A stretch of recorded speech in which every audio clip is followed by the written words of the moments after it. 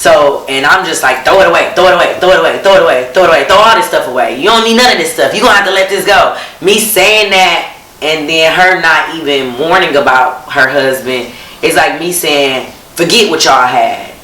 You know, forget what y'all had. Forget everything y'all had and focus on what I'm trying to do right now. And that's so I was being careless and not understanding, you know, she lifting you up, she lifting your spirits and being there for you.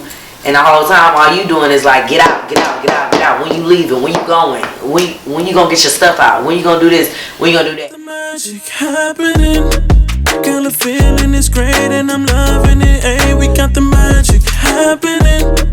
Everything that we need, everything that we pay, girl, the magic's happening. And the feeling is great and this feeling is great, girl, the magic happening. Felt most supportive of my mom is when we had a talent show. I was in 8th grade. We had a talent show at my school. I went to Hartford University, and I was David Ruffin from the Temptations. He was definitely one of my favorite people of the Temptations, and I wore my uncle's suit, and I had on his gaiters. She took my hair and slicked it to the back so it looked like I had one of them wavy fros.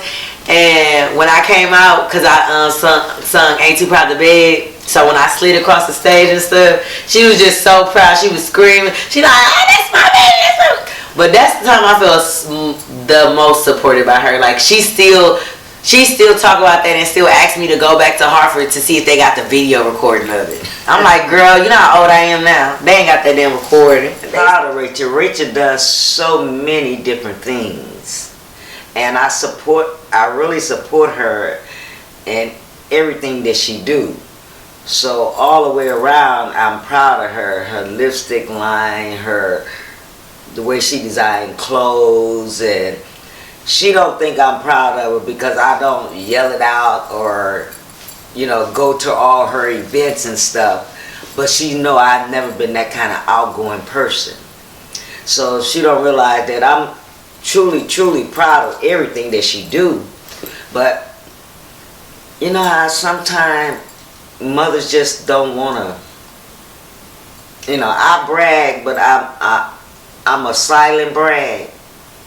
So that's why she don't think I'll be proud of her. But I'm proud of everything she does. I don't even think I could just limit it to a moment that I felt the most supported by my dad. Like you don't realize how supported you are until you see when people are not supported at all. So, even now, I'm 32. you know, if I need something, I just call them or, you know, I ask them. I don't like to ask people for things. I don't have a problem asking for things. Salmon.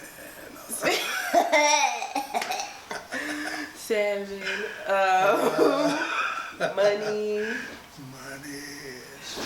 Once he graduated from college. Well, that was a bunch of moments too. You know, the first was once he won the state. That was the first. I was like 18.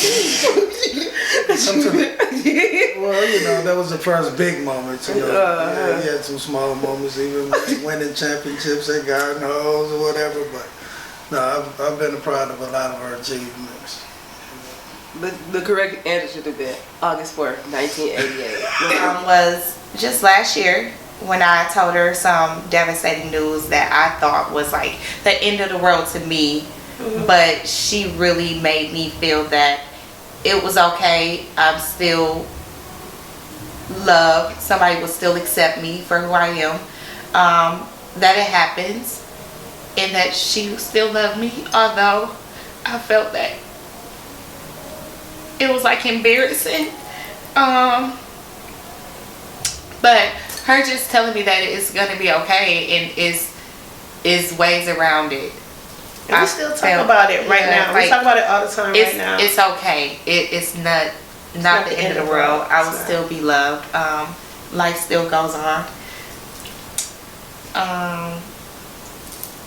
But yeah, I think I felt most supported then. I was most proud of Jasmin when she graduated with her associates. Like, I mean, like, I was like super, super proud. I smiled all day. I was at work crying. Like, I cannot believe that that she's giving me this. Like, I took somebody else's child and I totally transformed them into mine. It was like nature versus nurture, but at the same time, like, she was just giving me everything. Like, I felt like I did, like, I had did the best thing in the world. I mean, and just to see her walk across the stage and just to see her be proud of her own accomplishments, knowing that where she came from and, you know, where she could be to see where she's at right now, and it shows her where she can go. So to just see her walking across that stage was like everything, and I was late there, so she made me, but I was there. I was there, so yeah. In her uniform. In my uniform, yeah. She was always showing up somewhere in her uniform. But I was there. I had to go to work. I was there though. But that was like that was the best moment of my life. I mean, honestly, me and my mama only ever really had one rough time in our relationship, and it was not too long ago, and it was the first time we ever really had a rough spot. And I think it was just two people who were very emotional. You know, we was staying in the same household for a little while, since my dad had passed away. We kind of needed each other at the time, and you know, two adult women staying in one house, after a while, it's like, you have your way of doing stuff, I have my way of doing stuff. You want me to do stuff right now, I gotta remind you that I'm an adult, and you like, that's disrespectful for you to remind me that you're an adult, even though I know you are. And really how we got through it was just talking about it and understanding that, in all honesty, we both still healing. People say that death is something that, you know, time heals all, but with death, that's not true. He was a big part of my life because he was my father, but he was a major part of her life because she knew him before I did. That was her best friend, her everything. I couldn't imagine not waking up to Lewis every day. I couldn't imagine being with him so long, and then just the little stuff that you remember about your mate. Like, oh, I remember I used to roll over and I used to be able to lay on his stomach, or, you know, or he used to crack this joke and make me laugh or whatever, and not having that no more. She hadn't really, neither one of us was done healing, and then we were trying to be in a household together where her lifestyle and my lifestyle are two different lifestyles. So she may not always understand stuff that, you know, me and my husband do, and we may not understand what she wants us to do because that's not what we want to do. I think we got into one big argument, and then after that we talked about it, and it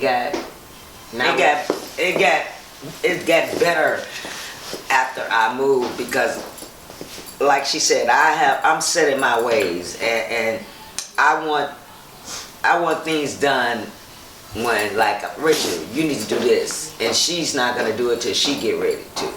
So yeah, I exploded that particular day because I was just frustrated, and I was trying to move at the same time, and to me they wasn't understanding to help me process that move, you know, even though we already had discussed, well, Mom, either you gonna move or I gonna move. And I was like, it's best for me to move because it's only me.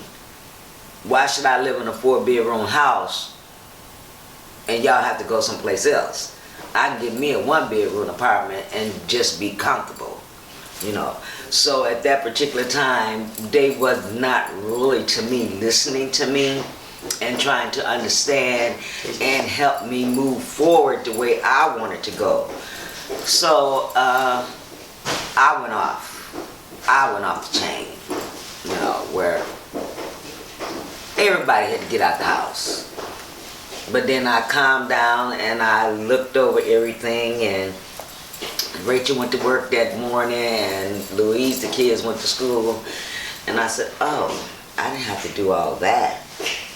But that's where they drove me to. You know, some people can drive you to your point of where now it has to be said. So, and then I texted her at work and told her I was sorry for the way I went off, but I meant everything I said. So she understood that, and that's how we got back on track. And not that I don't even think they was thinking that my emotionals. But my emotion was, I got to keep a clear head so I can make them keep a clear head. And even though my mental stress, I did that alone to myself at night, they didn't see that part of me. They never have seen that part of me. So I was struggling, but at the same time, I was lifting them up. Yeah, she definitely never broke down in front of us, and that was one of the things I used to always tell her. But I also used to, I did go see a therapist. I even tried depression medicine through the doctor. She made me stop taking it because it was making me sick, and she was like, "Girl, you'll be okay." Right. Going through the therapist helped a lot.